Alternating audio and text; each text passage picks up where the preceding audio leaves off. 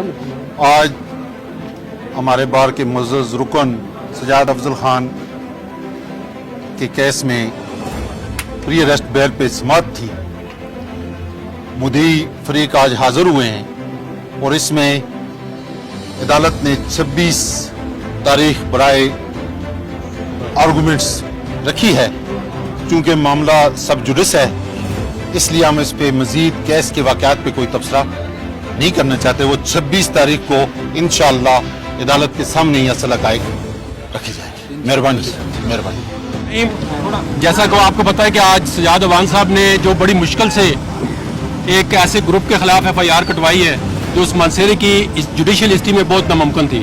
ये MNA इन्होंने अपने प्रिविलेज इस्तेमाल करके, क्योंकि मैंने कोर्ट के अंदर कहा है कि कोई MNA हो, चाहे जज हो, चाहे वकील हो, चाहे डॉक्टर हो, चाहे इंजीनियर हो, चाहे एक आम लेबर हो, वो सब कानून के मुताबिक बराबर है। ये आइन भी कहता है और कानून भी कहता है सब बराबर है। लेकिन हम इस चीज़ को कंडेम करते हैं कि इनकी FIR जो है ऑर्डिनरी कोर्स ऑफ जस्टिस में नहीं हुई। इनको बड़ी तकलीफ उठानी पड़ी है कि इनकी FIR जो है, हालांकि ये जो लोकल पुलिस है, जो SHO है, 154 के तहत, जो CRPC उसके तहत हर एक का हक बनता है जो जाकर रिपोर्ट लिखाए SHO फौरन लिखे। लेकिन वहाँ जो अपोजिट पार्टी है जिन्होंने इनकी ज़मीन पे कब्जा करने की कोशिश की है, वो ताकतवर लोग हैं। उनके असर और रसूख से पुलिस ने FIR नहीं की। फिर उन्होंने अपना प्रिविलेज इस्तेमाल करके पुलिस वालों को कहा कि मैं पाकिस्तान का शहरी हूँ, MNA भी हूँ, अगर मैं अपनी FIR नहीं करा सकता तो मैं लोगों की FIR किस तरह करवाऊंगा। तो फिर FIR रजिस्टर्ड हुई है। आज बेल बिफोर अरेस्ट उन्होंने करवाई हुई है।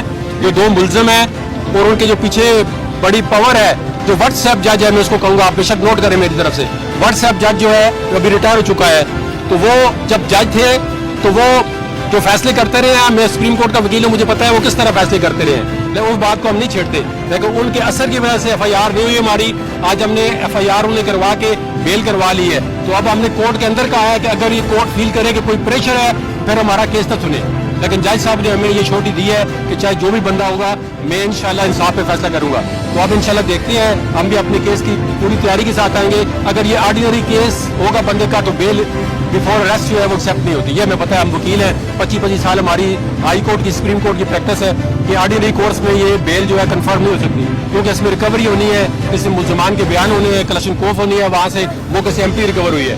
तो इंशाल्लाह हम उम्मीद करते हैं कि अदालत को हमने कहा है जी आप बाहर जो चीज़ें हो रही हैं उसके असर से हटकर आप फाइल के अंदर चीज़ है, जो हमारा मुकदमा है, आप उसको देखें, तो उसके मुताबिक फैसला करें। और अब 26 तारीख को इंशाल्लाह आएंगे तो फिर जो भी होगा आपके सामने होगा। Thank you very much.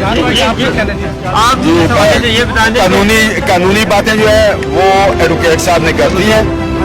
मैं तो इतना कहूँगा, आपके लगाए जा रहे हैं कि पनामा के नहीं कोई नहीं है, कोई नहीं है। बात यह है कि एक कब्जा माफिया के खिलाफ एक चीज है, उसके लिए मैं मानसा के तमाम आवाम को ये कहता हूँ कि इंशाअल्लाह मानसा से कब्जा माफिया से आवाम की जान छुड़ाएंगे। बस इतनी बात है।